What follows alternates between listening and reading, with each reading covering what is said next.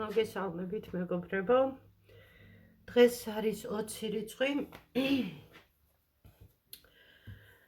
სიმართლე გითხრათ, თან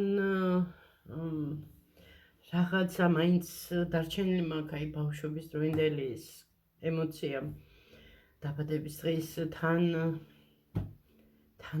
მაინც დიდად არ მახარებს წინა ვიდეოებში ვთქვი.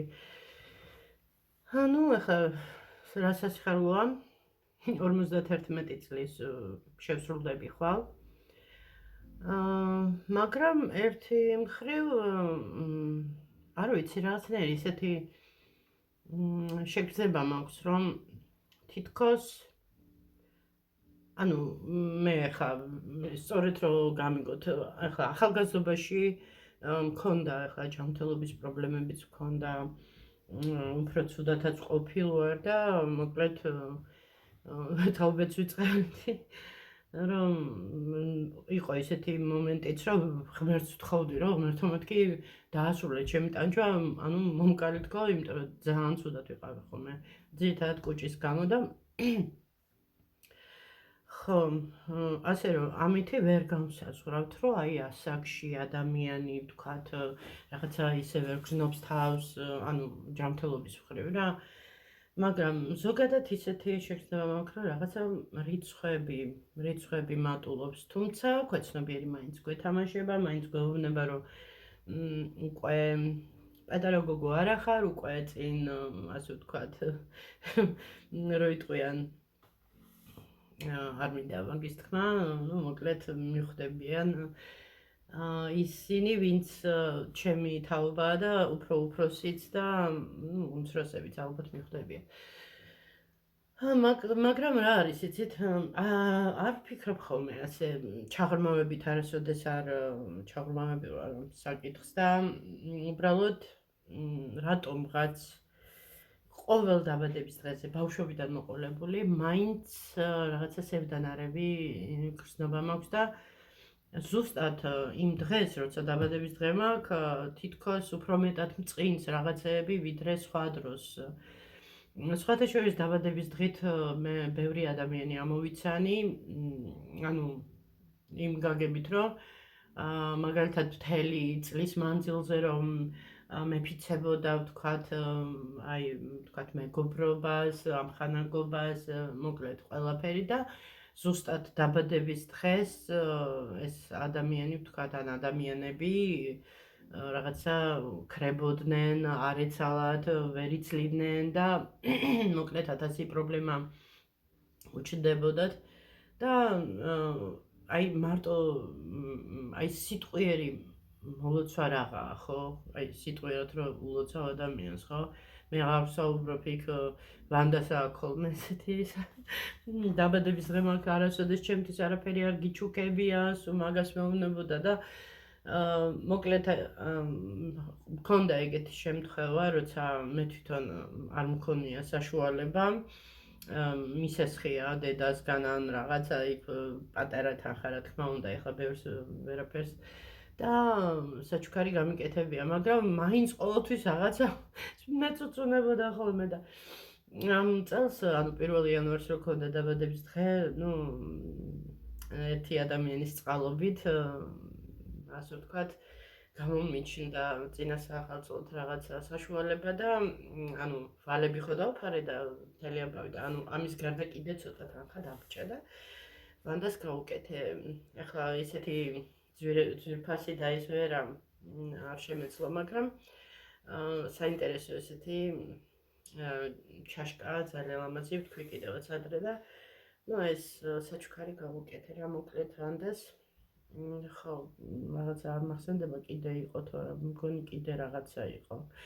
კი, მაგრამ ის არ იყო კონკრეტულად მარტო ვანდასთვის, იმიტომ რომ ახალი წლის დღე იყო და ფაქტიურად ჩემებთან რომ მივდიოდი, ესეთი ის იყო კომპლექტი ქვია თუ როგორც ქვია რა, 2 ღვინო იყო, წითელი და თეთრი, ერთ ყუთში და სხვათა შორის არ ყიდდა ძვირი, თუ სწორედ მახსოვს, მგონი 20 ლარი ყიდდა და ეს მივიტანე კიდე იმასთან ერთად, საჩუქართან ერთად.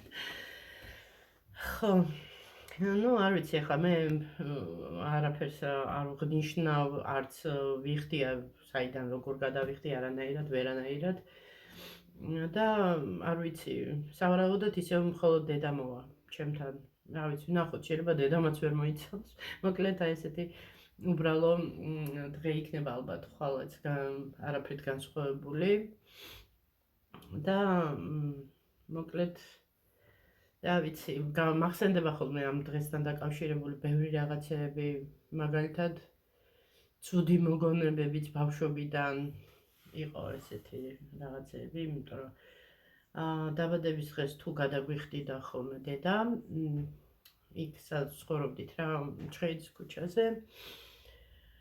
მახსოვს მეზობლები დაუპატიჟე. ბავშვი ვიყავი. და ერთი მეზობელი გოგო იყო, რომელიც არ ვიცი აი რატო გააკეთა ესეთი რაღაცა. მოკლედ სუფრაზე რაც იყო, ყველაფერი ესე რომ ვთქვათ გამიბანძა რა. ესე ვაიმე ეს რა არის ეს, ну აი მასხარად იგდებდა, ну მოკლედ ძალიან ისე იცინოდნენ სხვაებიც მერე და ну ესეთი აი რო იტყვიან ხო არის გამონათქვამი ჟესტოკი იძეცი ხო აი ესეთი ის იყო ესეთი რაღაცები მაგის გარდა ახლა სხვას რო დაბადების დღე ქონდა მე და ვანდაც არ ვპატიჟებდნენ იმიტომ რომ თქვენო რა უნდა გვაჩვქოთ ну აი ესეთი ну მოკლედ რაც იყო წარსულს ჩაბარდა ყველას თავისი მოეკითხა ისე როგორც მოეკითხა მე ჩემებურად თუ რამე დავაშავე და შევწდი არც მე ვიყავი თქვათ ანგელოზი ბავშვი რომ უკვირდები ხოლმე ჩემ ადრინდელ საქციელს დიდათ რომ ჩემ თავი რაღაცებში არ მომწონს მაგრამ ესეთ რაღაცას მაინც არ გავაკეთებდი და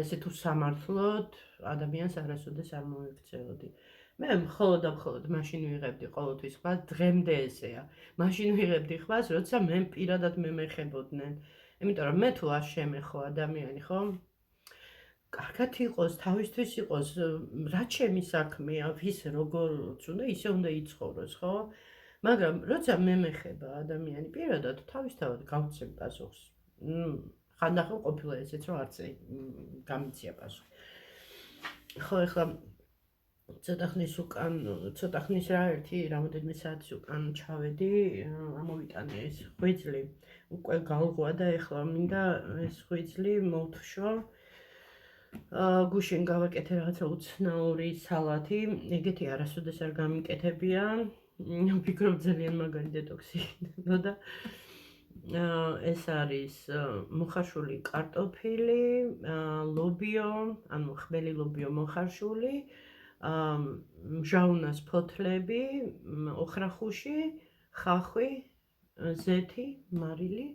მოკლედ წვრილად დავჭერი, როგორც ჩვეულებრივად რა, ეს ოლივიე სალათისავით, ოღონდ ზეთი გავუკეთე და ძალიან გემრიელი გამოვიდა, მეგობრებო, მინდა გითხრათ, მჟაუნას ფოთლებს დედა მაგალითად იყენებს სალათები, ჩვეულებრივ მწვანე სალათებისთვის.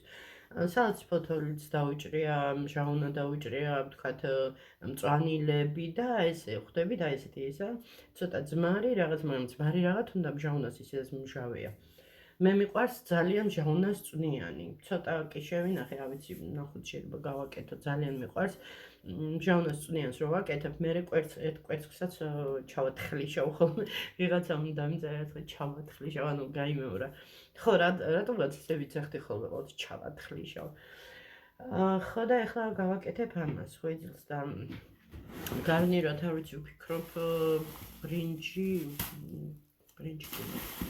მოკლედ დღეს მივუწარი შავ პურს მოხარშულს. გუშინაც მივუწარი და დამჭა უკვე აი ამდენი. ანუ ძალიან ცოტა ვჭამთ რა. ეხლა სუნელები დამჭირდება კონტეინერში მაქვს დახურული რომ სუნები არ ამოვიდეს რა და არ გაქრეს. ხო და ეს პური ნაყიდი რომ აქვს ეს დაჭრილი პური კი მინდებს და გვიდევს უბრალოდ რა სოსო მარტო იყენებს ხოლმე თუ გააკეთა კარაკიანი პური და ესა ნუ მოკლედ ტოსტები რა ტოსტებში დორასნის კარტოსტერში. ხო, ეს ის არის.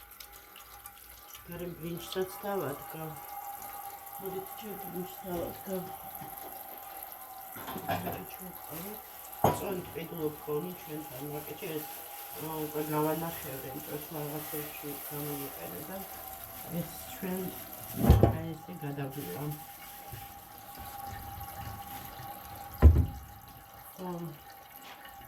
ხალხი რა ხდება მსოფლიოში, ეს არის არ ვიცი რა, აი მართლა ვერ დავიჯერებდი, ვერასდროს რო ეთქვა ვინმეს ესეთი რამე, მართლა ვერ დავიჯერებდი, რაღაცა სასწაულები ხდება. ხა რასთან დაკავშირებით ვიცახი სასწაულები. ანუ აი ეს აი მაგალითად უბრალოდ მაგალითისთვის მოვიყვანოთ, ახლა ჩვენ ქვეყანაში რომ მოვიდეს ისეთი ხელისუფლება, რომლებმაც აი გაწმინდოს იმ ასე ვთქვათ პარაზიტებისგან ესეთი სტრუქტურები, რომ აი ხალხის ინტერესებიდან გამომდინარე იყოს და ანუ ხალხზე ზრუნვარო იყოს წინა პლანზე და ეს ვინც ის რა ქვია ჩემი კლასელის სტატუსი ნახე ილონ მასკის ის და ეს ვამპირ ხუმრობით იყო რა თქმა უნდა, ანუ ვამპირებზე ნათქვამი ბევრი ალბათ ვერ გაიგებდა მაგ ხუმრობას, მაგრამ აქ იგულისხმებოდა ის რომ ანუ დახმარებას სახელმწიფოსგან იღებდნენ როგორც ჩანს სხვა ადამიანები, ანუ სრულიად სხვისი სახელით. ადამიანები, რომლებიც უკვე დიდი ხნის გარდაცვლილები იყვნენ, არ იყვნენ ამოღებული განსიიდან და მოკლედ ელონ მასკმა იქუმრა, რომ ესა ვამპირები ყავდა, იმიტომ რომ ზოგი 300 წლის, ზოგი 150 წლის წარმოგიდგენიათ და რა ვიცი, ჩვენთანაც იქნება ესეთი ვამპირები ალბათ. რაღაც ესე მგონია, იმიტომ რომ მე დიდად არ ვენდობი ბევრ ადამიანს. შეიძლება 1-2 იყოს, ვისაც ვენდობოდე, მაგრამ ეს იმას არნიშნავს, რომ იმან შეიძლება შეცვალოს რაღაცა და რადიკალურად დაალაგოს. ხო და ამაზე მაქვს საუბარი, ანუ როგორ ახერხებენ და როგორ აი მართლა მისაბაძია იმ თვალსაზრისით, რომ ხალხისთვის იყოს ხელისუფლება, აი ხალხისთვის და არა საკუთარი ჯიბეებისთვის და საკუთარი ასე ვთქვათ ფიქრებისთვის, რომ აი როგორ მოტეხო, როგორ ვთქვათ უფრო მეტი ვიშოვო, რომ უფრო დიდი სახლი ავიშენო, ან საზოგადოებრივ უფრო მოკლედ მივხვდით ხო რაზე საუბრობ. ანუ ხალხზე რო იყოს აქცენტი გაკეთებული და ხალხზე იყოს ზრუნვა.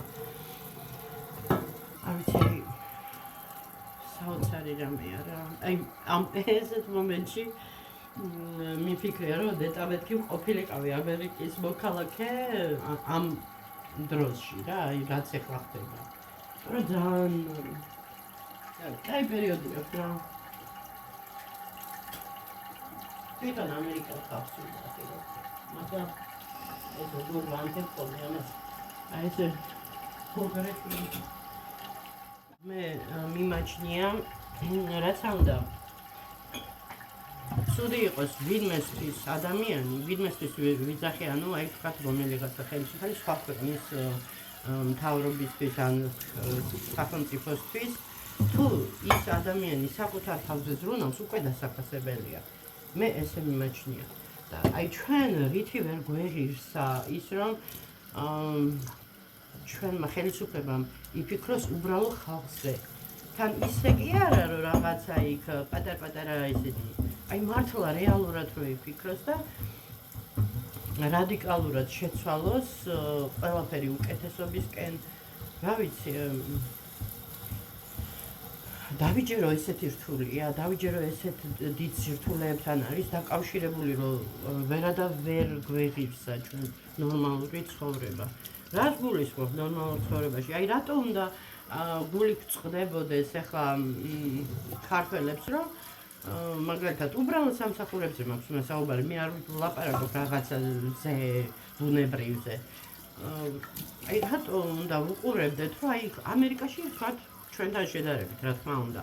უფრო სხვანაირი ხელფასები აქვს და ფასები, ანუ იმ პროდუქტის იქნება თუ რაღაცა ისეთ იმაშია მოყვანილი, რომ მათ ანუ გადასახადებსაც თამამად იხდიან, პროდუქტსაც ჩვეულებრივად ყიდულობენ და ტანსაცმელსაც და ჩვენთან ისეთი ხელფასებია, რომ ძირითადი ხელფასი მიდის უფრო საკვებში. იმიტომ რომ არა მარტო ჩემგან გეცოდინებათ, ხა ბევრი ბლოგერებისგან გაიგებთ, რომ თითო ვთქვათ აი ოჯახისთვის რომ იყიდოს ადამიანმა რაღაცა პროდუქტები, ხო? თუნდაც 2 დღისთვის. სულ მცირე 100 ლარი მიდის, ხო? თან იმასაც გააჩნია, რომელ მაღაზიაში იყიდო. მაგრამ არის ცოტა ხა შეღავათიანი მაღაზიები, მაგრამ თად ესეც არის. მოდით ესე ვთქვათ. არის რაღაცა პროდუქცია დაბალფაში ერთ ადგილზე, მეორე ადგილზე ანუ მე ესეთ ნუ თუ შეიძლება ითქვას რჩევა. მე ესეთ რჩევას ვისაც არ ეზარება, რა თქმა უნდა. მივცემდი ადამიანებს, რომ სადაც რა არის იაფი, იმის მიხედვით იყიდოს. ანუ ერთ მაღაზიაში რაღაცა იაფის იყიდოს, მეორე მაღაზიაში რაღაცა არის, იმიტომ რომ ყოფილა რომ მაგალითად ორნაბიჯში რომ მუშაობდი, რომ მეგონა რომ ჩვენთან ყველაფერი ხელმისაწვდომი და ყველაფერი ის იყო მაგალითად რაღაცა დასახელება, რომელიც გვერდზე კარტოფში უფრო იაფი ღირდა, გაცილებით იაფი და ამ შემთხვევაში ახლა რა თქმა უნდა გონიერი ადამიანი რაც იაფია ორნაბიჯში იმას შეიძენს ორნაბიჯში, რაც იაფია ვთქვათ იგივე დასახელება რაც ორნაბიჯში არის, მაგრამ ცოტა ძვირია ვთქვათ სიტყვაზე კარტოფში და ასე შემდეგ სხვადასხვა მაღაზიებში. მაგრამ ამისთვის თან და იაროს ადამიანმა ახლა ვინც მუშაობს და დიდი დრო არ აქვს ჩვენთან არის ესე მოხერხებულად ერთ გაყოლებაზეა რა ლამისა ესე იგი ორნაბიჯი ლიბრე, კარფური და გვირილო. ანუ ერთ ტერიტორიაზეა რა და ანუ იოლია რა გააკეთო ესეთი არჩევანი. მაგრამ ვისაც ცოტა ისეთ ადგილზე ცხოვრობს, სადაც ერთი იქით მეორე ალთაბალთას ესე ცოტა ძნელია რა თქმა უნდა. ადგილმდებარეობაც უნდა უწყობდეს ხალხს. ხო, ახლა მაღაზია არ ვაპარაკობდი. ნუ არ ვიცი რა იქნება, როგორ იქნება. მე უფრო მეტად მაღელვებს ის რა იქნება ჩვენთვის სასარგებლო და რა იქნება ჩვენი ქვეყნისთვის. ეს არის საინტერესო. მე არ მიყვარს იცით რა, მაგალითად ძალიან მწვენია ხოლმე, როცა ნებისმიერი პოლიტიკოსი არ აქვს მნიშვნელობა რაღაცნაირად, კარგია, ცუდია, მაღაზია არ არის. აი, რაღაცნაირად როიწყებენ ხოლმე თავის გამოჩენას უცხო ქვეყნის ასე ვთქვათ პირველი პირების მიმართ და რაღაცნაირად თავის წარმოჩენას, რომ აი მე მაგარი ვარ, ჩვენ კარგები ვართ და აი ისინი ცუდები არიან და რაღაც აი ამდაგვარი ისინია და აი ბაქი ალბათ თუ რა ვიცი რა ქვია, მოკლედ აი ეს ისე მაღაზიანებს, ისე ნერვებს მიშვის, აი არანაირი თავმოყარეობა, არანაირი არ ვიცი, მოკლედ და ნუ სუდად მოქმედებს რა და ყველაზე მეტად კიდე ის მომენტიც მაღაზიანებს, როცა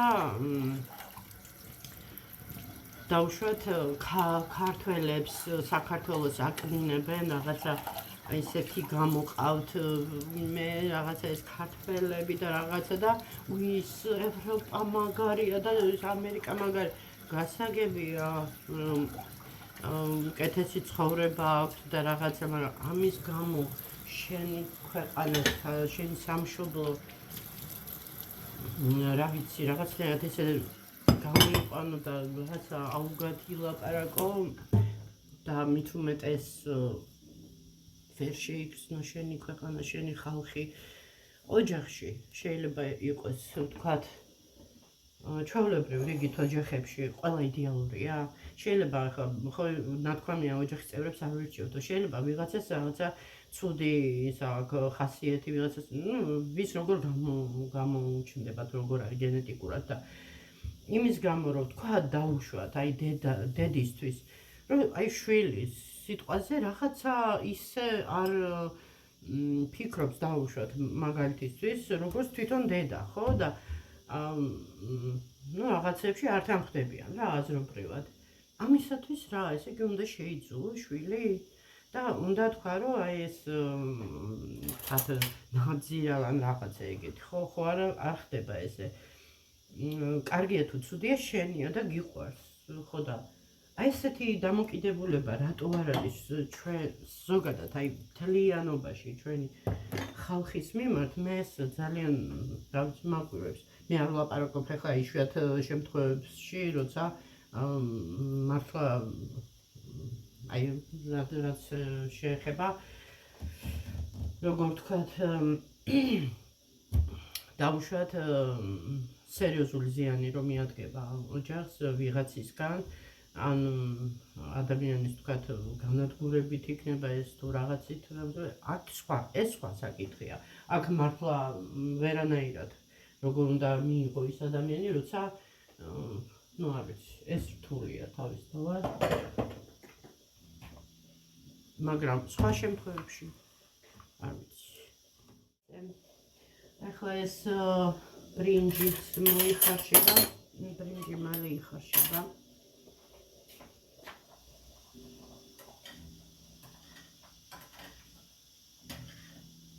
თავარი არ მიიკრას.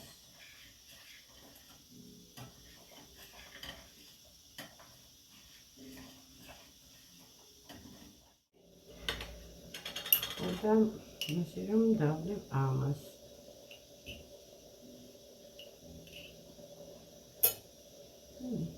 კიდე ერთხელ დავდებ ამაზე ხვალ.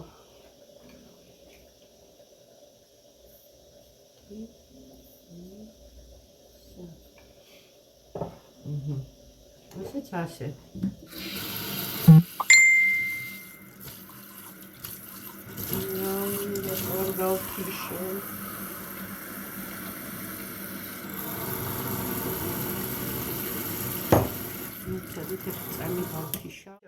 გავთიშე. ახლა იმედი არ შემაწუხებს ეს ხმები.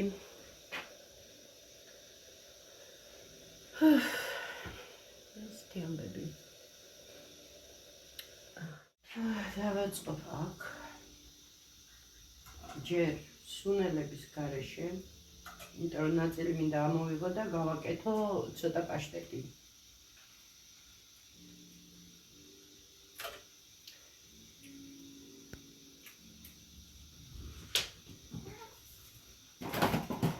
გაიგეს სუნები, მოგზავნდნენ.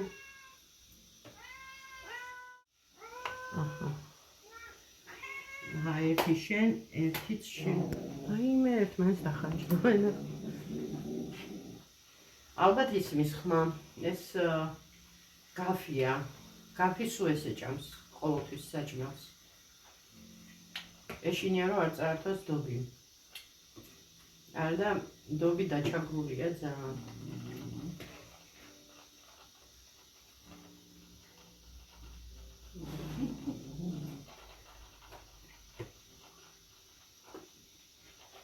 მერტო ჩემო. აჰა. იფი.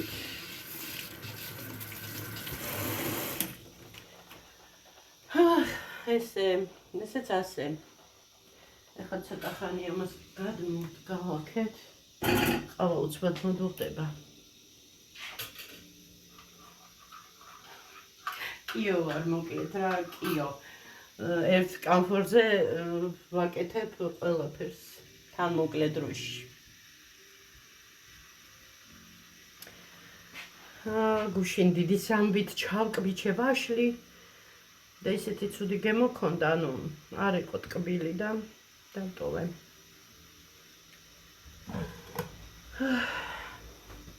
კარგი ხანი არაფერი არ გამომიწხვია. არც მაფინები, არც არანაირი ნამცხვარი. ახალი წლების მერე გავაკეთე მგონი, თუ სწორედ მახსოვს.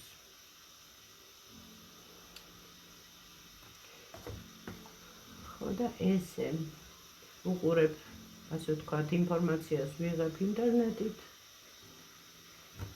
როგორც ყველა ალბათ, ხო? ან ტელევიზორი არ მაქვს, ასე რომ ინტერნეტით მე თვითონ ვირჩევ და მე თვითონ ვუყურებ.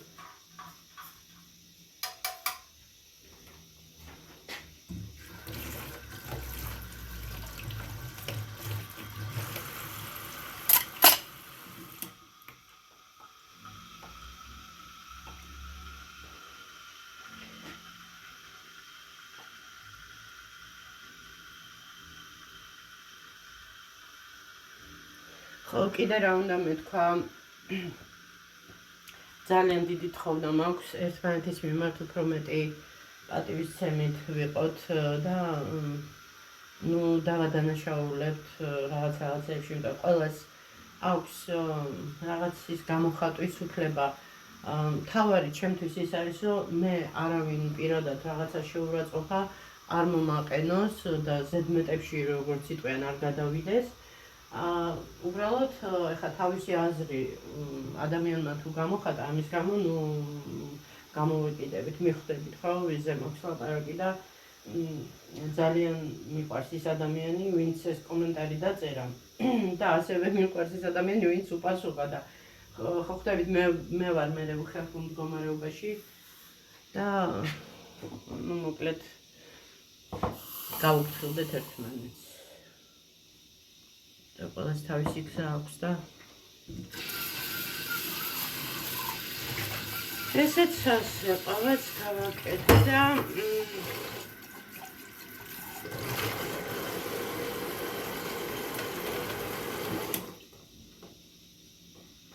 რაღაცნაირად აი თხოვს ჩემი გული რაღაცა ისეთ ფანტასტიკურ ფილმებს.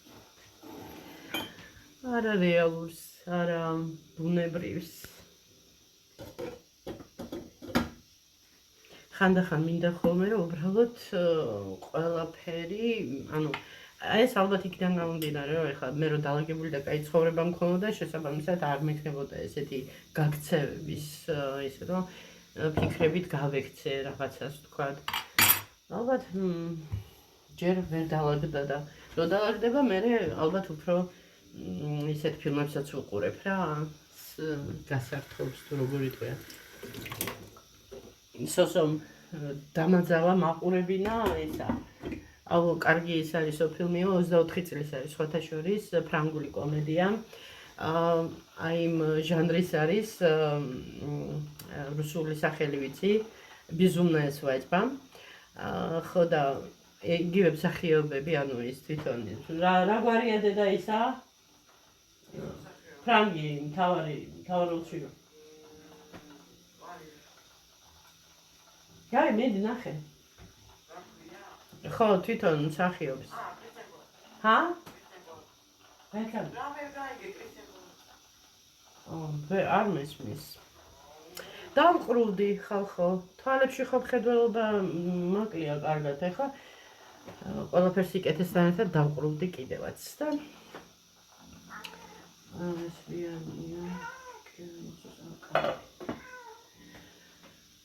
ხო და მოკლედ ფილმს რა ქვია მაშინ ეგ მითხარი?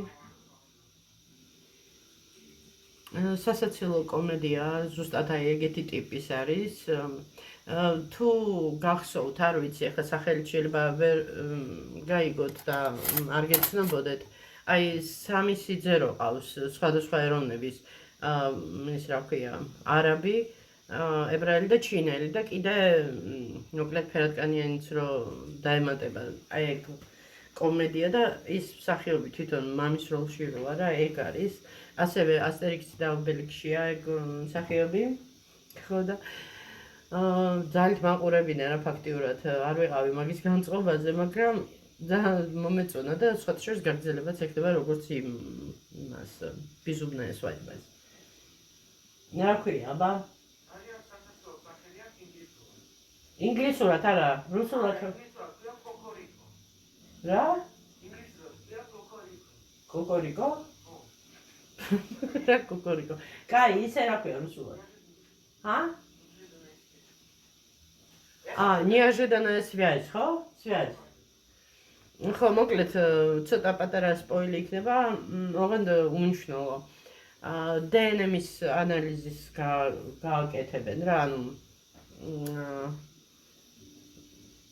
აი რო აკეთებენ ხოლმე 100 თუ 150 დოლარი რო ღირს რა, დნმ-ის ანალიზს აკეთებენ და რო გებულობ, ანუ შენ გენეტიკაში კიდე რა ეროვნება შეიძლება აღმოჩნდეს, აი ესეთი. ხო, მოკლედ გერჩიოთ. სახალისო ფილმია. პატარა განმუხტვას მოგცემთ ამ ყველაფრის ფონზე. ხო, ის კომენტარი მომეწონა ძალიან ადრე წინა ვიდეოზე იყო, თუ იმის წინა ვიდეოზე ზუსტად არ მახსოვს, მე მოვადიეთ, რომ შენ საქმიანობას მოკიდე ხელიო. ანუ რასაც ვაკეთებდი. კი, ეს მაქვს ახლა გეგმაში თავისთავად და ანუ რაშიც მქონდა წარმატება და რასაც მქონდა შემოსავალი და ასევე სასიამოვნო იყო ჩემთვის, ასე ვთქვათ, გასაკეთებლად. ბიბლიაშიც კი წერია. რომ ანუ ადამიანმა უნდა იმუშაო, იშრომო იქ, ანუ რაც შენ გიყვარს, რასაც შენ გულით და სულით აკეთებ და კიდე ამ სიამოვნებასთან ერთად შენ რომ გიყვარს რაღაც საქმიანობა და თან კიდე რომ გიხდიან, ამაზე დიდი ბედნიერება არაფერი არ არის და ესე უნდა იცხოვროს ადამიანმა ზოგადად რა, ანუ ის უნდა აკეთო, რაც შენ გიყვარს, რაც უფრო გამოგდის, ანუ ნიჭი რაშიც უფრო მეტად გაქვს.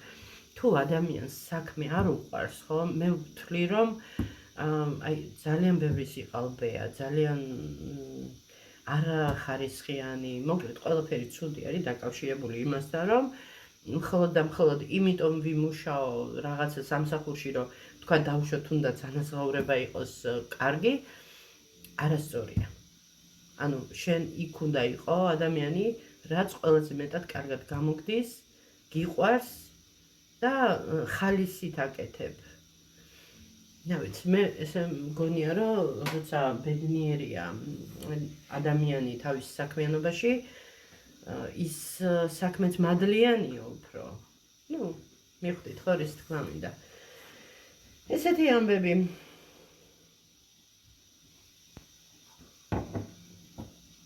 მოვურიოთ ახლა ამას და თან დაგემშვიდობები. ეს ჯერ მოითუშება. მე გავყოფ ამას ნახევარი წავა პაშტეტისთვის და თან პაშტეტის გაკეთების დროს სათითაოდ ღვიძლს უნდა გავაცალო, აი ეს პატარა ის რო არის მემბრანა გარედან. სულ უნდა გავასუფთავო, ერთი წვეთიც არ უნდა დარჩეს. საფრთხო საქმეა, მაგრამ სხვანაირად ისეთი არ გამოვა, როგორც უნდა იყოს. ასეთი დელიკატესივით უნდა გავაკეთო. საბუტერბროდეთ. გაბევრებისთვის შეიძლება მოხარშული კარტოფილიც გავურიო, ან რა ვიცი, რაღაცას მოვიფიქრებ. ხო. და ცოტა მაგალითად ქილაში რო ჩავდო. ნორმალური ზომის რა, აი დაახლოებით ესეთი ზომის. აქ მაქვს ეს რა ქვია, ჰერკულესის ფანტელი დავქვი იმითი მიქსერით. ხო, გვაქვს კიდევაც ანუ ყავას და იმითი დავქვი, იმიტომ რომ ამას ეს რომ ვიყიდე, რა ქვია იმას ფარშები რო იყიდება მაღაზიაში გაყინული. კატლეტს ვაკეთებდი და ამოსავლები ფქვილი აღარ მქონდა, ანუ ვეძებე, ერთი წვეთი ფქვილი ვერ ვიპოვე და მეთქი რაში ამოვალო, რაში და ავდექი და მოვიფიქრე ესე ფანტელი დავქვი და უფრო გემრიელიც გამოვიდა, მინდა გითხრათ და უფრო სასარგებლოც. კარგით მეგობრებო, ეხლა დაგემშვიდობებით და ეს ბევრი ვერაფერზე ვერ გესაუბრეთ, რაღაცნაირად ისე ვარ რა. მაბნევს ხვალინდელი დღე. თან ბევრი საფიქრალიც მაქვს, მოკლედ. კარგით, აბა დროებით გაკოცეთ და ხვალამდე იმედი მაქვს, ხვალ გადავიღებ ვიდეოს.